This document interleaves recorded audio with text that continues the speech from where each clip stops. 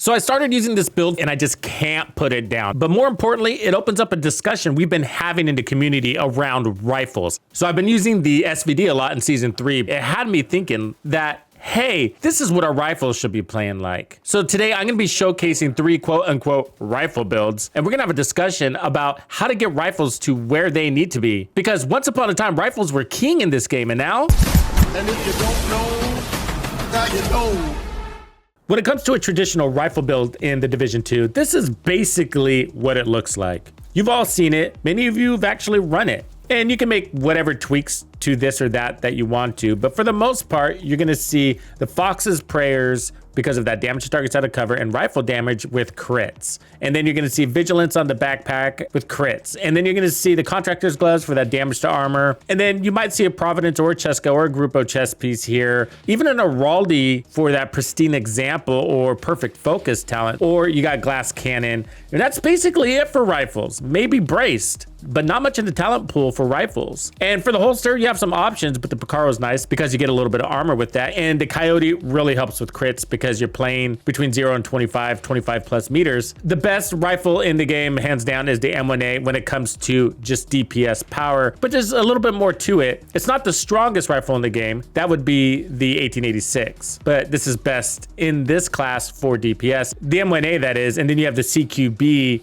that's faster. And I decided to go with Rifleman, but you can do whatever you want. And for mods, I'm running the 8x scope for even more damage to make this rifle even more potent. And you really want to get those headshots, in my opinion. And we'll talk about that, but that's 30% headshot damage, reload speed, and then plus 5 rounds. And then I'm running Sharpshooter because that's going to give you more weapon handling as well as 15% more headshot damage to your rifles. And as far as stats go, I'm at 50% crit chance, leaning into that Coyote mask to fill in the gaps, and 145% crit hit damage with 140% headshot damage. That's not too shabby. So this is really strong. Is there anything wrong with it? There is a problem with it, and it's that it's underwhelming. You have to put basically best in slot, top tier talents on this rifle, and it probably gets you in trouble more than gets you out of it. Now, one of the things that does make the M1A itself special is its ability to stagger. It could use more mods, it can be a little bit faster, but it's got a high enough base weapon damage. You got a good starter base for your build. But the stagger is magnificent. Almost every shot to the head will stagger that enemy. And that'll minimize the micro damage you're getting from enemies that you're actually focusing on because they can't get a shot off on you. However, in a lot of content, there's more than just one enemy that has their sights on you, and you can't stagger all of them fast enough with this rifle. So you're gonna be taking micro damage from them while you're pounding that one enemy in front of you to the ground. And that's the problem with the rifles. So although it's great for that staggering power, it's just not enough. And if you start adding more survivability, like bonus armor and all sorts of other things to handle more situations, the rifle feels more and more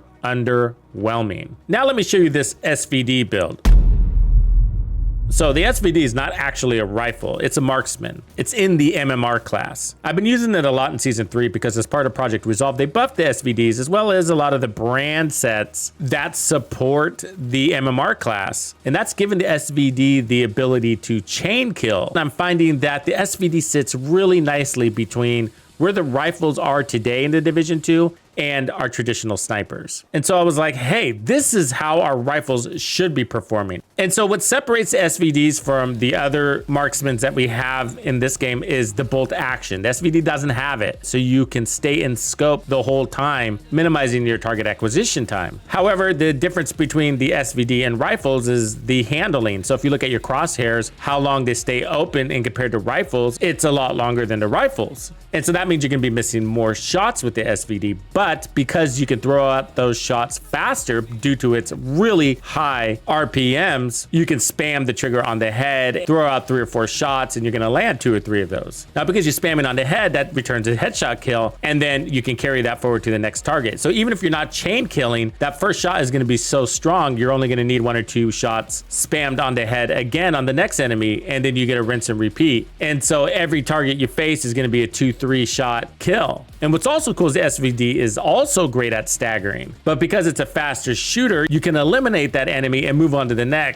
before that enemy sets up on you. And so what I'm saying is overall the SVD plays faster because of the damage you can bring to it, as well as the headshot damage that is listed on the SVD itself. And the ability to play fast allows you to clear content fast, feel powerful, and overall tailor your build to your liking. And that's what I feel like is the big separation from the rifles and the MMRs currently. Starting with the SVD, I am running the 8x scope, giving me that chunky 30% headshot damage. I got extra 5 rounds, I got stability and more stability at the cost of optimal range, 15 total in the mag, and 260 RPM. That's what we're after. And then we got headshot damage, damage to targets out of cover, 1.7 second reload. That's impressive. And then we have determined, which is basically allowing you to turn body shots into headshot kills. One piece of Habsburg. You can also run Providence if you can't easily find that red core. And then you have weapon damage, weapon handling, and headshot damage. For the chest, I'm running Palisades. That's giving me 10% armor on kill. There's some added survivability there. If you needed more damage, put Providence here instead. I got armor, headshot damage, and weapon handling, and Headhunter. So I'm running Gunner for more ammo, which is helpful, but mostly for an additional 10% armor on kill. We're now at 20% armor on kill. I'm running 3 pieces of Hotshot, and that's giving us 30% marksman rifle damage, 30% weapon handling, 30% headshot damage. And then I got weapon damage and headshot damage. And then the rest looks basically the same here. And then the backpack is the Memento. I really like the Memento with this because I am playing fast, I am playing aggressive, I'm pushing forward and taking advantage of that bonus armor, but we're also getting 30% weapon damage and the enemies can't take that away. And I really like the 3% armor regen this is giving me too. And then I got headshot damage. We have 286% headshot damage.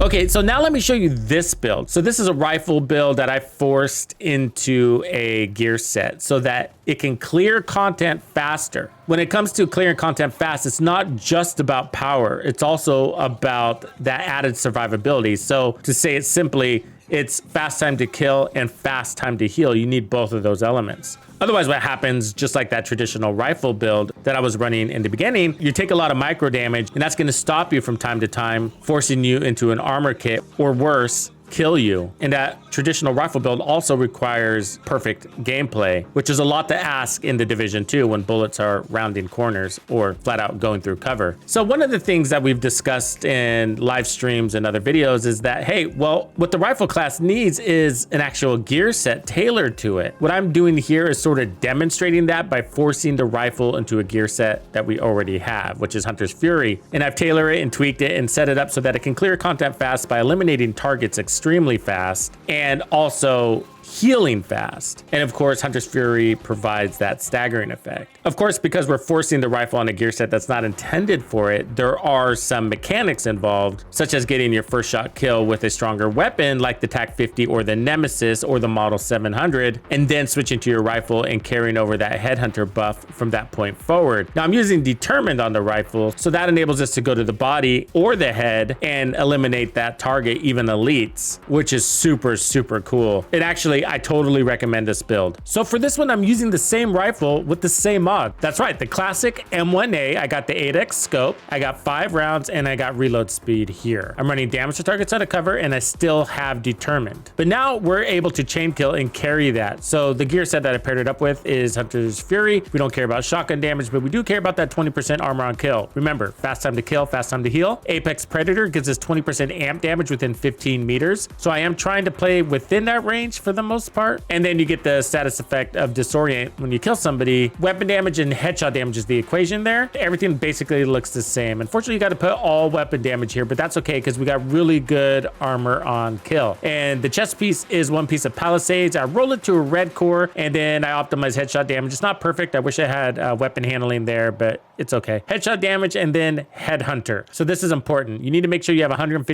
headshot damage on your rifle in order for this build to work with Headhunter, which is pretty easy to do with rifles. I have 205% headshot damage. You can actually run this without the 8x scope and still pull it off, but it's more consistent with the 8x scope. But there's some tricks to the 8x scope that I'm not sure you're aware of. When you have the shield equipped, you don't have to scope in if you don't want to. Not a lot of people know that. Anyways, I'm running the Memento backpack, 10% headshot damage. Again, more survivability. We need that armor regen, and we're also going to get 10% bonus armor on kill. So effectively, that's 40% total armor on kill. So 3% armor regen, we got the skill efficiency, and then 30% weapon damage when we pick up that trophy. We don't really need it per se. I mean, a couple of trophies under our belt in the beginning helps us with our consistency, but after 1 or 2 trophies, it doesn't really matter. So the more trophies you have, then the more effective you are at range. And so that's where trophies are playing a role. What's special about rifles is you can equip it with the shield. So we're doing that tier 3 shield. So that's an extra 3.5 million in armor, if you think about it that way. And marksmen can't do that. And that's why we want rifles to be able to perform. Remember, there are mechanics to this. You're going to want to use your Nemesis or your TAC 50 to get that first shot kill to activate Headhunter, so you get the full buff. And so you can do this with snipers. There's some snipers that are fast enough with an 8x scope that you can pull this off too, or play no scope. The difference is ammo. So rifles give you tons of ammo, marksman rifles don't. So if you're spending this much time out of cover, you're gonna eventually run out of ammo. And even with gunner, it can barely keep up. And if you're gonna run directives, then it gets worse. That and the crosshairs make sniping on the move a little bit more difficult, but a lot of us are doing it because the rifles aren't performing. So we're treating our marksmen like rifles, which is where determined plays a role in this game and why it has to be here. Until the rifles can do something better, we need determined to help us use our snipers like rifles. And it's still not perfect, trust me. It's amazing how you can miss a target standing right in front of you while aiming for the chest with the determined talent. So now that I've demonstrated these 3 builds, just to kind of give you an idea of what we're working with here, the question goes back to the rifle class. What do we need to do to get the rifles at a better place? In my opinion, I think that just about all rifles should be able to kill in 3 to 5 shots at the most. I think 2 to 3 shots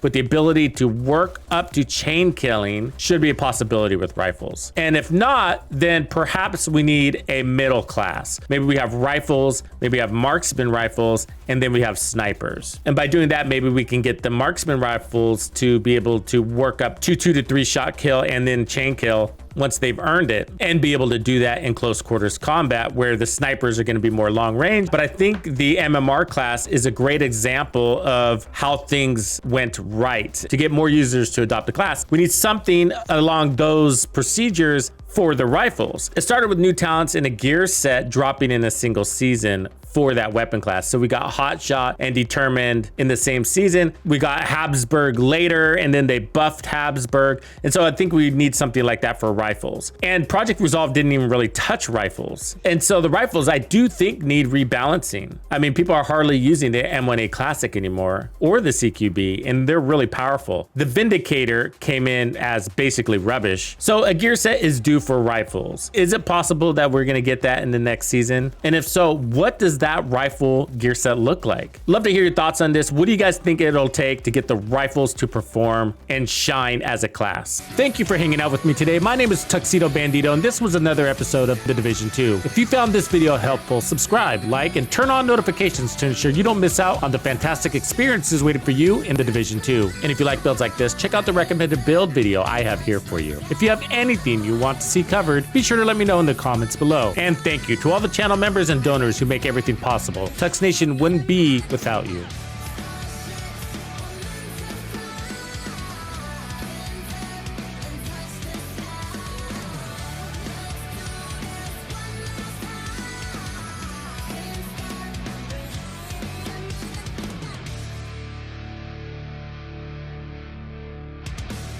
Follow me. I get it.